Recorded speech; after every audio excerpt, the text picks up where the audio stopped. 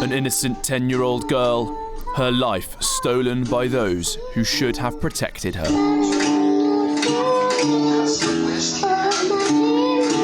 Sara Sharif was a bubbly girl. Teachers in Woking said she was confident and full of ideas. But her smile was extinguished. Her body was found with dozens of injuries at her family home in August last year. She had been brutally killed. No one else was in the house. Her family had fled to Pakistan, seen here arriving for a flight from Heathrow. Her father left a note on her body that said, "Love you, Sara," and "I swear that my intention was not to kill her. I am running away because I am scared." Irfan Sharif made a dramatic call to police officers from Pakistan, appearing to confess to her murder. I cannot. I physically punished my daughter and she died. I left home in a panic and she is allowed at home. I need you to take a breath because I cannot understand what you're saying, okay? Your daughter has died. I killed my daughter. When they returned, Sharif was arrested on the tarmac alongside Benash Batul, Sara's stepmother, and Faisal Malik, her uncle. All three denied murder or allowing her death. Can you tell us, please, what happened?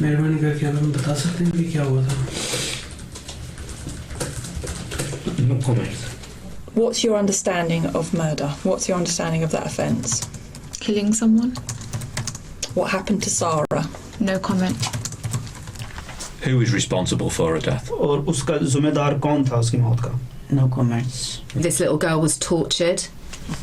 No comments. Jurors at the Old Bailey trial heard about the campaign of abuse inflicted on her. They learned that Sara had been hooded, burned, bitten and beaten during more than 2 years of violence. Sara started wearing a hijab. She was the only member of her family to wear a head covering. The hijab hid the injuries to her face.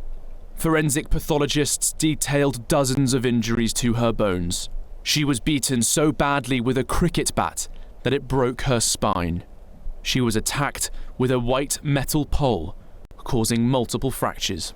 One expert said it was even possible that Sara had been starved in the days before her death.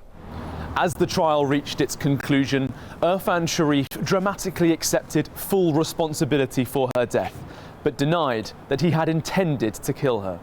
Under cross-examination, Sara's father said, "She died because of me." He had previously argued that Batul was a psycho responsible for Sara's death, and that the note on her body and his phone call were made to protect his wife. His lawyer said that Sharif will be in the circles of hell for eternity. And as justice is delivered, Sara is resting, finally, in peace. Charlie Peters, GB News, The Old Bailey. Charlie, you've been covering this trial for us, and it's just the most harrowing case, isn't it? Yes, and the murder of a child is always appalling, but various government departments saying today that actually the murder of Sara Sharif is particularly devastating due to not only the years of abuse and torture, frankly, that she suffered during this harrowing ordeal, but also the fact that during the trial, which we attended regularly, there are so many missed opportunities to intervene and save her life.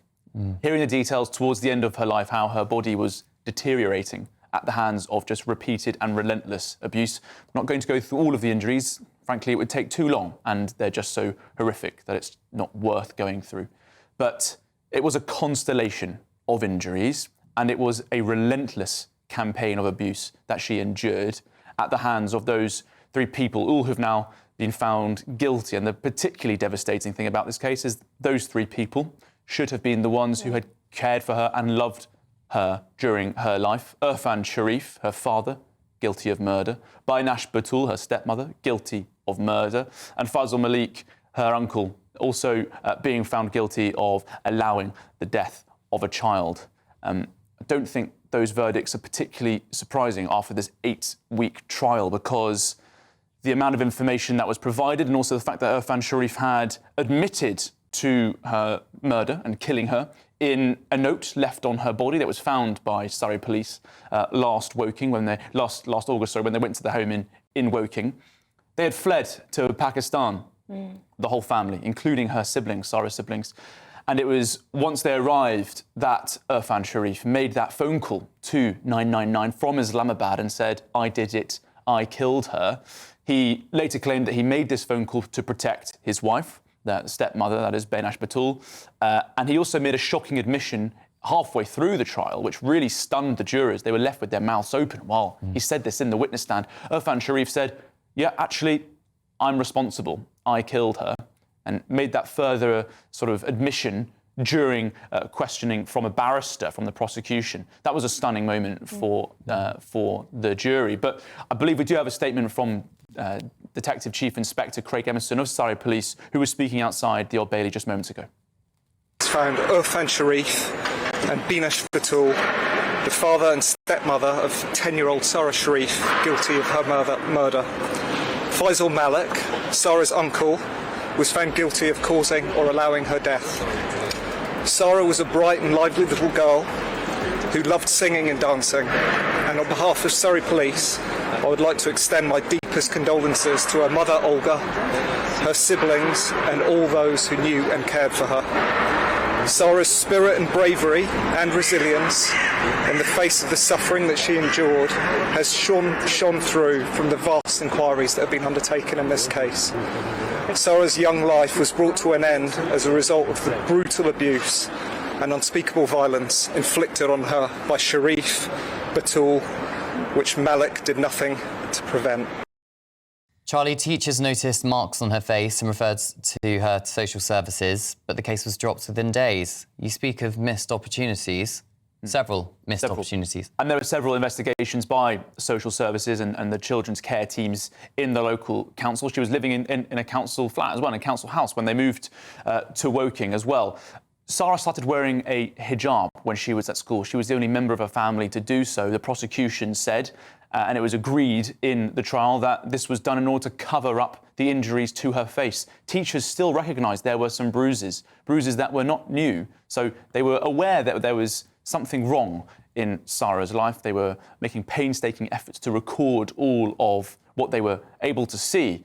What was hidden from them was so much worse. It was beyond the realms of human imagination, the amount of torture that this little girl endured. It was heartbreaking being in that trial and hearing evidence from forensic pathologists and seeing the effect it had on everyone in the court was harrowing. But it's important, just very quickly, to remember something positive about Sara Sharif, OK? She loved singing. She loved X Factor. She played the guitar. Her favourite food was chicken biryani. Her 10 years were brief and full of suffering, but there is light from her life as well.